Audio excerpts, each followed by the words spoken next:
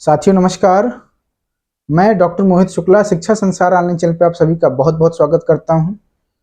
GIC LT grade के रूप में आप लोगों के समक्ष नौकरी का एक सुनहरा अवसर उपलब्ध है।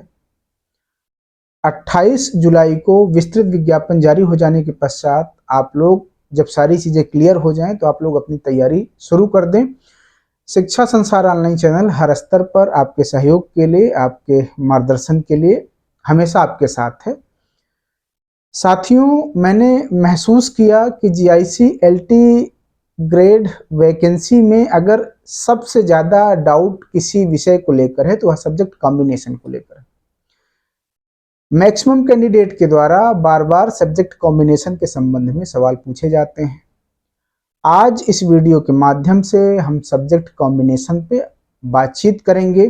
यकीन माने इस वीडियो को देखने के पश्चात सब्जेक्ट कॉम्बिनेशन को लेकर आपके मन में किसी भी प्रकार का कोई संशय आज के बाद नहीं रहेगा। आप स्वयं भी इस वीडियो को देखें और अपने साथियों को भी भेजें जिनके मन में सब्जेक्ट कॉम्बिनेशन को लेकर अनेक प्रकार के संशय हैं, उनके पास भी जरूर साझा कर दें।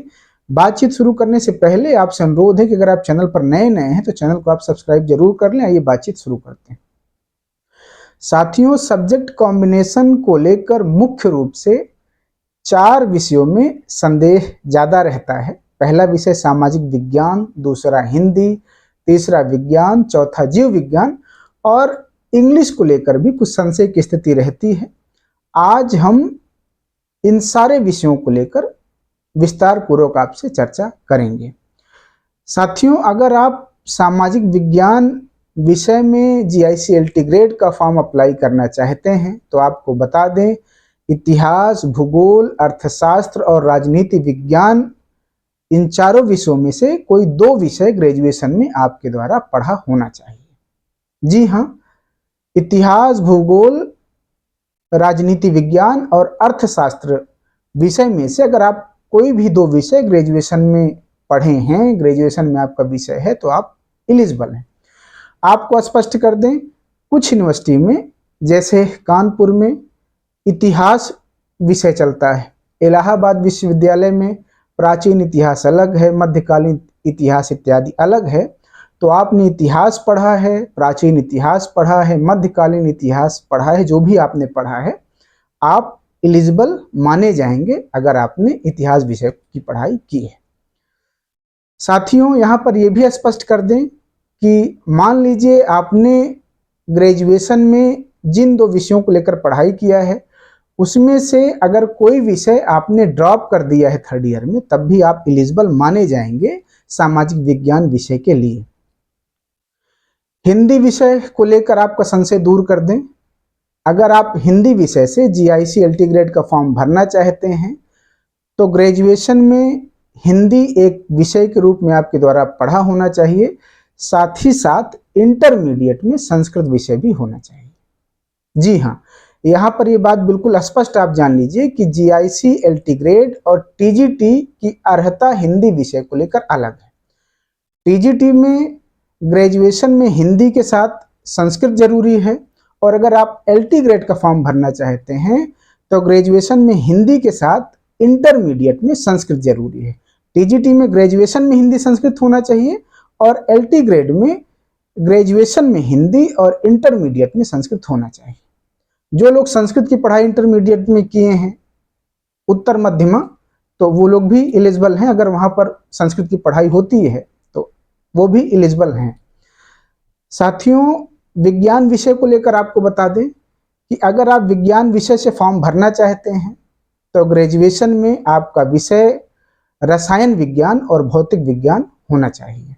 अगर आप जीव विज्ञान में फॉर्म भरना चाह रहे हैं तो ग्रेजुएशन में जूलॉजी और बॉटनी, जंतु विज्ञान और वनस्पति विज्ञान अगर आपने पढ़ा है तो आप बायोलॉजी विषय में, जीव विज्ञान विषय में फॉर्म भर सकते हैं।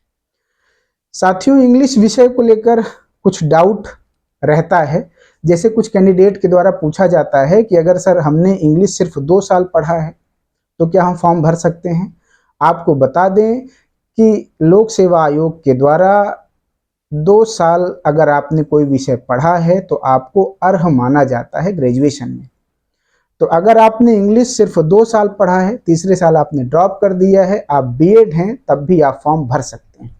साथ ही साथ आपको बता दें, आपकी मार्कशीट में चाहे इंग्लिश लिखा हो, चाहे इंग्लिश लिटरेचर लिखा हो, आप फॉर्म बिल्कुल भर सकते हैं, बशर्ते लोक सेवा आयोग के द्वारा इंग्लिश लैंग्वेज को एलिजिबल नहीं माना जाता। अगर आपने इंग्लिश लैंग्वेज ग्रेजुएशन में पढ़ा है, तब आप फॉर्म जीआईसी-एलटी ग्रेड का नहीं भर पाएंगे, आप बिल्कुल आश्वस्त हो लें। साथियों, आपको बताते चलें कि बीएड, जी हाँ, बीएड सभी विषयों के लिए अनिवार्य हो गया है। आप चाहे संगीत में फॉर्म भरें, चाहे गृह विज्ञान में भरें, चाहे कला में भरें, चाहे कंप्यूटर में भरें, आप इन चारों में से किसी भी विषय में अगर फॉर्म भरना चाहते हैं तो बीएड अनिवार्य है। कंप्यूटर की एलिजिबिलिटी, अगर आप बीसीए हैं, बीई हैं, बीटेक हैं, एमसीए हैं, इनमें से कोई भी डिग्री आपके पास है या आप कंप्यूटर से स्नातक हैं, तब भी आप कंप्यूटर विषय के लिए एप्लीकेबल हैं, आप कंप्यूटर विषय में फॉर्म अप्लाई कर सकते हैं।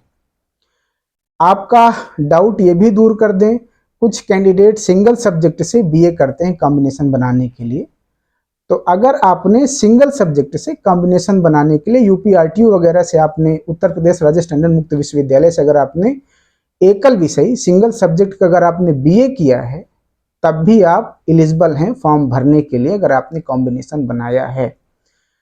यहाँ यह भी स्पष्ट कर दें कि अगर आपने हिंदी विषय में फॉर्म अप्लाई करने के लिए एक विषय से, संस्कृत विषय से आपने 1 साल का इंटर किया है, तब भी आप फॉर्म भर सकते हैं। सिंगल सब्जेक्ट से जो लोग ग्रेजुएशन करते हैं वह 2 साल का कोर्स होता है, अगर आप इंटरमीडिएट संस्कृत से करते हैं तो वह 1 साल का कोर्स होता है। तो आप बिल्कुल आश्वस्त हो लें, आपके समक्ष मुझे अब नहीं लगता कि कॉम्बिनेशन को लेकर के, सब्जेक्ट कॉम्बिनेशन को लेकर आपके मन में अभी भी किसी भी प्रकार का संशय होगा। साथियों, आपके मन में अगर कोई डाउट है, कोई संशय है अभी भी, तो आप उसको कमेंट सेक्शन में जरूर पूछ लें। हमारी टीम के द्वारा यथासमय यथासंभव आपके सारे संशय को दूर किया जाएगा। परीक्षा पैटर्न को लेकर, एग्जाम डेट को लेकर, अन्य योग्यताओं को लेकर हम आगे वीडियोस में चर्चा करेंगे। अगर इसमें सारी बातचीत करेंगे तो वीडियो लंबा हो जाएगा। तो आप अपने डाउट, अपनी क्वेरीज कमेंट सेक्शन में पूछ लें, जो भी बातचीत आपकी महत्वपूर्ण हमें लगेगी उसमें हम बातचीत करेंगे। टीचिंग एग्जाम से संबंधित किसी भी प्रकार की जानकारी, किसी भी प्रकार के मार्गदर्शन के लिए आप शिक्षा संसार ऑनलाइन चैनल को जरूर सब्सक्राइब कर लें। यहाँ पर आपको ऑथेंटिक जानकारी दी जाती है। आज की वीडियो में इतनी ही बातचीत। धन्यवाद साथियों, नमस्कार। चैनल पर बने रहें, चैनल को अपना प्यार दें। नमस्कार।